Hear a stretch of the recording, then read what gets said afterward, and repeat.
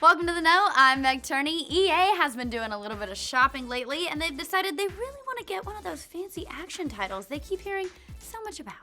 Specifically, they're working on their own Assassin's Creed-style game. EA CFO Blake Jorgensen today confirmed the news while speaking at a conference in San Francisco that EA is currently developing this title with Motive Studios, which is headed up by Jade Raymond, who, if you recall, used to work on the Assassin's Creed franchise until she left last fall after 10 years at Ubisoft. So it all kind of comes full circle, unlike an Assassin's Creed story. In his talk, Jorgensen said that EA has never really operated in the largest genre of gaming, and that's the action genre. That's the Assassin's Creed-style games, more open world, more single-play versus multiplayer. This echoes comments made by Executive Vice President Patrick Suderland back in October, who said EA is not known to make gigantic action games like Assassin's Creed or Batman or GTA, or those types of games that are really big. I'm not suggesting we're going to go after GTA and sell 50 million units. We would love to. Newsflash, EA loves making money. And there's no bigger moneymaker than their crown jewel, Star Wars. In addition to heading up Motive Studios, Assassin's Creed veteran Jade Raymond will also be giving new direction to the new Star Wars game by Visceral Studios, which is producing a new Star Wars game much in the same vein as the fabled Star Wars 1313 project we saw back in 2013. Visceral's new game will reportedly take a few cues from the Uncharted series. No surprise at all, considering that A.B. Henning, who was the former creative director and writer for that series, is now the creative director at Visceral. Man, there's so many circles complete. Might we see a rough-shaven, untucked shirt version of Boba Fett in our future Star Wars games? Just kidding. Please don't do that, EA. Boba Fett is already manly enough. Which is actually a really weird statement when you consider that Miles said his dick was called Boba Fett earlier.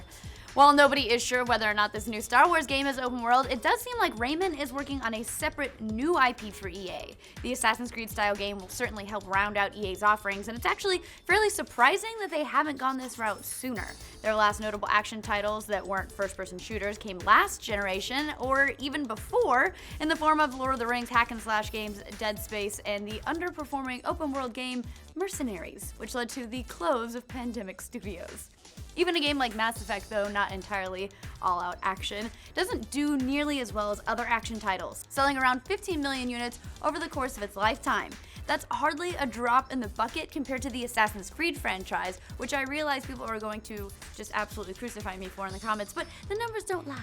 Despite Syndicate having the series' second worst UK launch on record, it still topped out October sales charts. Franchise fatigue doesn't mean much when your franchise has knocked out more than 73 million units over its lifetime, and those are just figures up from last year. Hopefully EA doesn't pull a full Ubisoft and give us things like Unity, the modern-day Desmond scenarios, or those ridiculously awkward E3 press conferences. I'm sorry, Aisha Tyler, I love you. I don't know why it's so awkward. More than anything, the most interesting thing about this is that somehow Assassin's Creed became one of the most defining games of last generation. Who would have thought that back when the franchise first launched in 2007 with the buggiest first game anyone has ever released, that it would be so iconic? The first Assassin's Creed, as I just said, did have some fun moments, but was almost an ambitious technical demonstration whose full potential wasn't nearly fully realized and was basically just a big collection of bugs. Now it's hard to find action games that don't draw some inspiration from Assassin's Creed. Far Cry, Tomb Raider, Infamous, the Arkham Knight series. I mean, there's so many recent takes on open world games that borrow their open worlds from the structure of Assassin's Creed. Much in the same way Gears of War trickled cover shooting dynamics across an entire generation, Assassin's Creed has done the same thing for this particular genre. It's only natural, of course, that EA would want one of their own. But whatever their Assassin's Creed style game ends up being, let's just hope it doesn't take EA 7 years to add a crouch button.